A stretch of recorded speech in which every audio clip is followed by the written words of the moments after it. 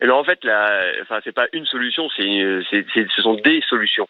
D'abord, il faut une présence accrue de la police nationale sur le terrain. Moi, je veux remercier les policiers nationaux qui sont au quotidien à nos côtés et qui agissent et qui font ce qu'ils peuvent avec les moyens qu'ils ont.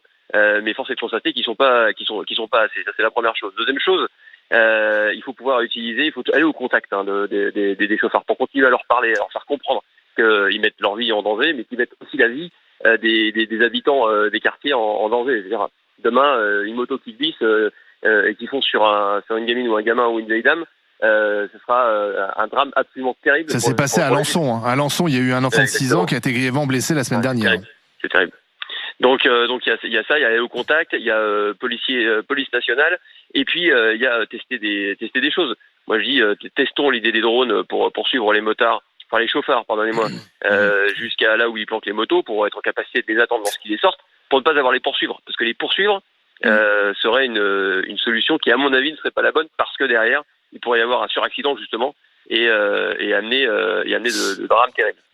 Qu'est-ce qu'on peut faire justement pour que cette pratique cesse, vous avez bien décrite, dangereuse, des nuisances sonores, du bruit insupportable qui pénalise totalement les riverains. J'imagine que quand vous habitez dans un immeuble où au pied il y a des rodéos urbains, ça doit être franchement pénible. Qu'est-ce qu'on peut faire pour lutter très concrètement ? Interpeller ces jeunes ? Comment ? Interpeller ces jeunes ? Alors, les interpeller. Alors, pour les interpeller, on faudrait-il qu'il y ait des forces de police nationales suffisantes sur le territoire.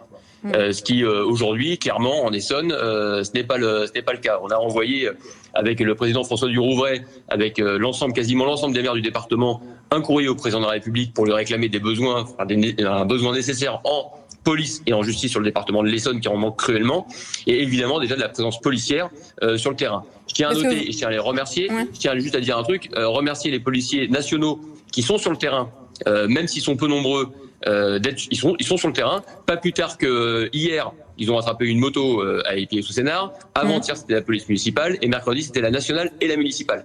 Donc, c'est ce que j'allais vous dire. Votre police municipale, qui est aussi peut-être plus une police de contact direct avec les populations, elle n'arrive pas à agir non plus ? Mais c'est pas qu'elle n'arrive pas à agir. Elle arrive à agir, je vous le disais, parce qu'ils ont réussi la semaine dernière à attraper des motos.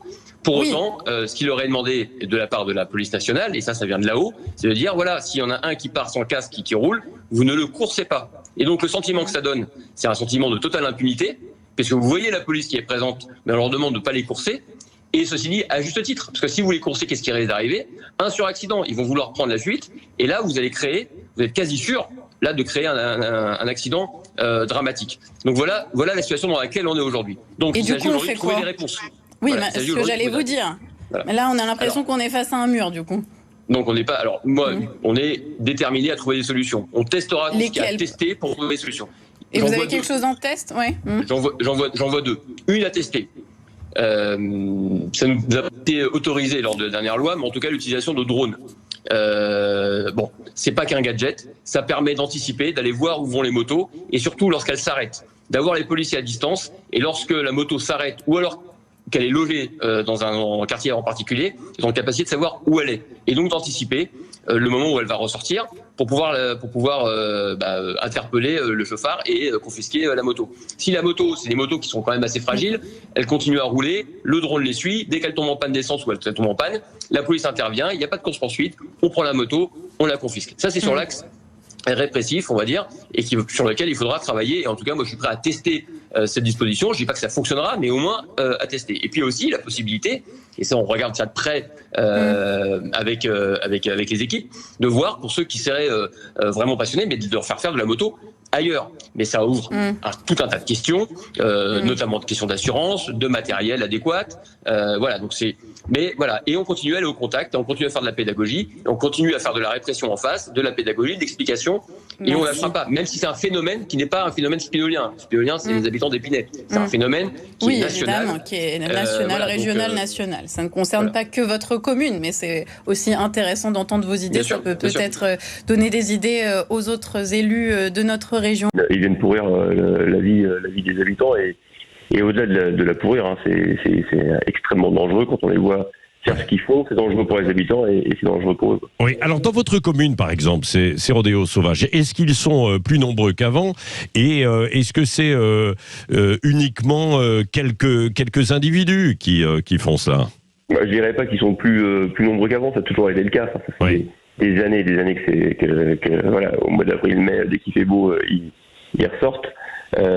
Et effectivement, c'est une poignée d'individus qui maîtrisent, entre guillemets, ces engins-là. Donc, une minorité, quoi. Et est-ce que vous avez essayé, vous, d'entamer des discussions dans les quartiers avec certains alors peut-être pas les représentants, mais des gens qui peuvent les côtoyer pour leur demander d'arrêter?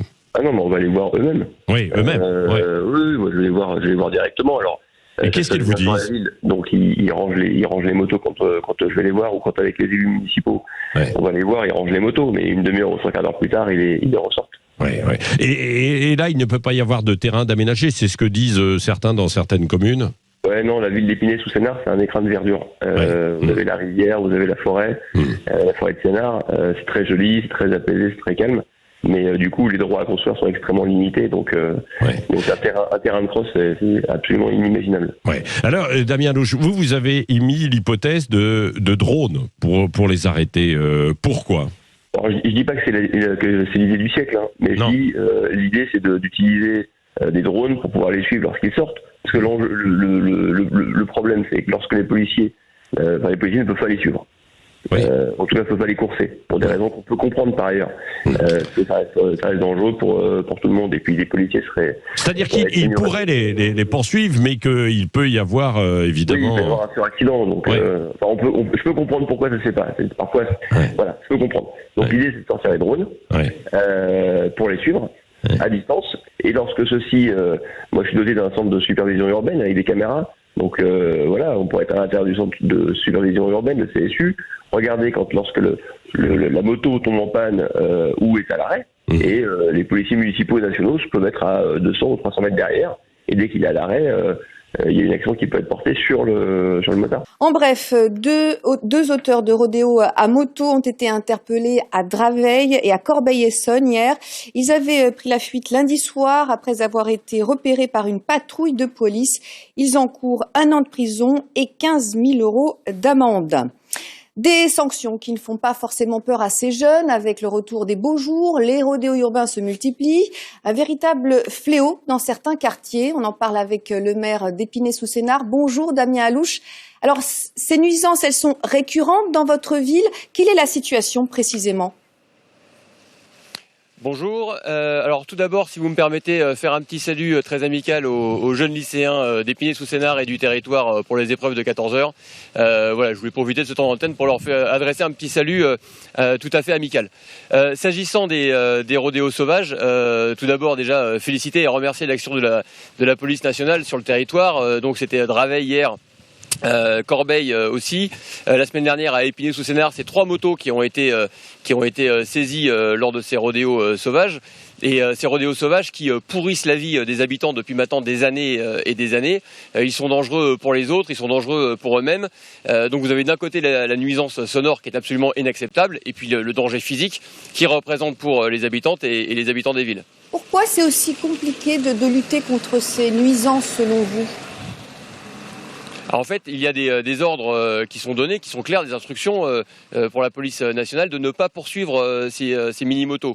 On le comprend assez aisément, puisqu'en fait, il s'agit, si jamais vous avez une course-poursuite, eh bien vous créez potentiellement le suraccident.